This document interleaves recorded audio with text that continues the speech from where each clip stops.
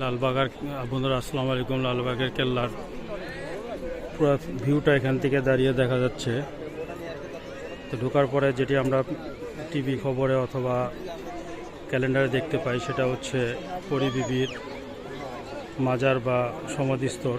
এটা হলো শায়েস্তা খানের মেয়ের, সম্রাট শায়েস্তা খানের মেয়ের সমাধিস্থল, কবরস্থান। উপরের গম্বুজটি তামার তৈরি। আর এটা হলো হাম্মামখানা, নিচতলায় এবং উপরে কোর্ট। তো এখান থেকে পুরাটাই দেখা যাচ্ছে আর কি। মোগল আমলের লালবাগের কেল্লা। এটা হলো বর্তমানে প্রবেশ গেট। তো এই প্রবেশ গেট দিয়ে ঢোকার পরে আমরা পরী বিবির মাজারটা দেখতে পাই, সম্রাট শাহজাহান খানের মেয়ে। এবং তার ডান পাশে যেটা আছে সেটা হলো 400 বছরের মোগলদের ইতিহাস বহন করে এই মসজিদটি, 3 গম্বুজের। আর পরবর্তীতে যেটা আরও 2টি গেট আছে ওই পাশে, 3টি গেট। আমরা এখন মূলত লালবাগের কেল্লা, যেটা বলে কেল্লা, তার উপর দিয়ে হাঁটাহাঁটি করতেছে, যেটা দুর্গ তৈরি করা হয়েছে। দুর্গের মাধ্যমেই সাময়িক প্রতিহত গড়ে তোলা হতো, বা এখান থেকেই এটার নিচেই ছিল সাম্রাজ্যের যে সেনা বাহিনী, সশস্ত্র বাহিনী, তাদের বসবাসস্থল। এবং উপর থেকে তারা তাদের পর্যবেক্ষণগুলো পরিলক্ষিত করত। এবং ওই পাশটায় দেখেন, ওই পাশটা হলো দুর্গের আরেকটি চিহ্ন বা চেহারা। আমরা এখন যেটা দেখতেছি সেটা দেখি কি লেখা আছে। দুর্গের বাকি অংশ এটা। তো এখান থেকে আর কি উপরের থেকে পুরা লালবাগের কেল্লাটা পরিলক্ষিত করা যায়।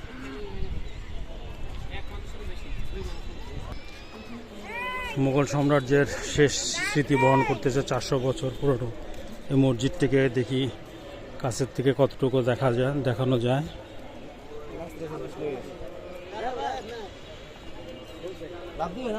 এটা আসলে 3 গম্বুজ বিশিষ্ট একটি মসজিদ। এটি শায়েস্তা খানের নির্মিত মুঘল সাম্রাজ্যের একটি স্মৃতি, ইতিহাস বহন করতেছে।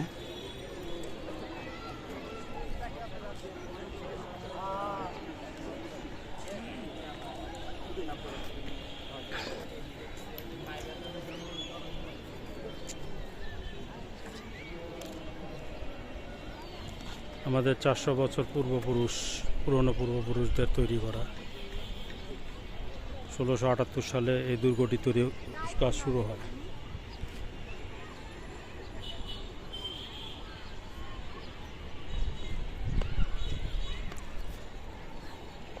তবে সম্রাট শায়েস্তা খানের মেয়ে পরী বিবির মৃত্যুর পরে কিছুদিন এই কার্যক্রম বন্ধ থাকে। তখন এমন একটি প্রশ্ন উঠছিল সবার মনে যে এই দুর্গটি আদৌ সম্পন্ন হয় কিনা তৈরি। তো পরবর্তীতে এটি সম্পন্ন হয়। তা আজকের যে পুরনো স্মৃতি বা ইতিহাস আমাদেরকে বহন করতেছে, সেই অবশিষ্ট 400 বছরের পুরনো ইতিহাসে আমরা পরিলক্ষিত করতেছি। এবং আমাদের জেনারেশন দেখতেছে, পরের জেনারেশনও দেখবে বলে আশা করি। বন্ধুরা, আজকের এই ভিডিওটি এ পর্যন্তই। ভালো থাকবেন, পাশে থাকবেন। আসসালামু আলাইকুম।